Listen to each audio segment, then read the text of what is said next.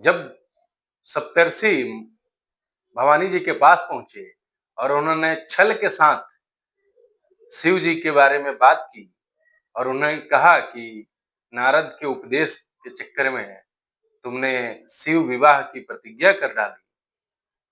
अब तो शिव जी ने कामदेव को ही जला डाला।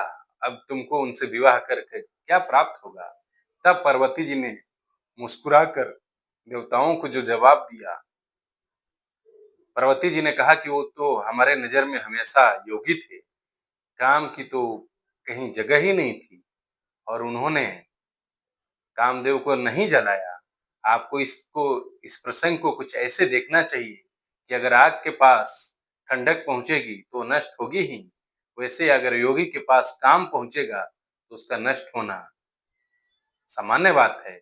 उसके आगे गोस्वामी तुलसीदास जी क्या लिखते हैं मानस में, कुछ ऐसे। सब प्रसंगु गिरिपते सुनावा, मदन दहन सुनी अति दुख पावा।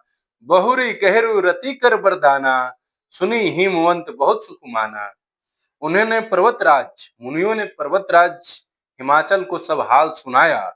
कामदेव का भस्म होना सुनकर हिमाचल बहुत दुखी हो गए। फिर मुनियों ने रति के वरदान की बात कही, उसे सुनकर हिमवान ने बहुत सुख माना। हृदय विचार शंभु प्रभुताई, सादर मुनिवर बुले बुलाई।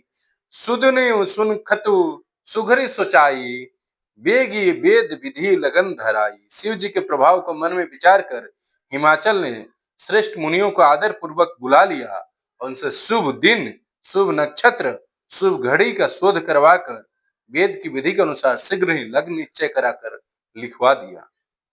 पति सप्तऋषि ने सोई दिन्ही, गही पद विनय हिमाचल किन्ही। जाई विधि तिन दिनि सो पाती, बाचत प्रीति ने हृदय समाती। फिर हिमाचल ने वह लग्न पत्रिका सप्तऋषियों को दी और चरण पकड़कर उनकी विनती की। उन्होंने जाकर वह लग्न पत्रिका ब्रह्मा जी को दी। उसको पढ़ते समय उनके हृदय में प्रेम ही प्रेम था।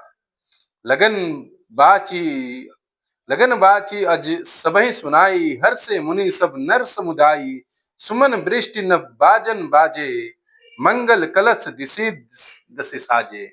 ब्रह्मा जी ने लग्न पत्रिका को पढ़कर सबको सुनाया। उसे सुनकर सब मुनि और देवताओं का सारा समाज हर्षित हो गया। आकाश से फूलों की वर्षा होने लगी, बाजे बजने लगे और दसों दिशाओं में मंगल कलश सजा दिए गए। जय श्री राम।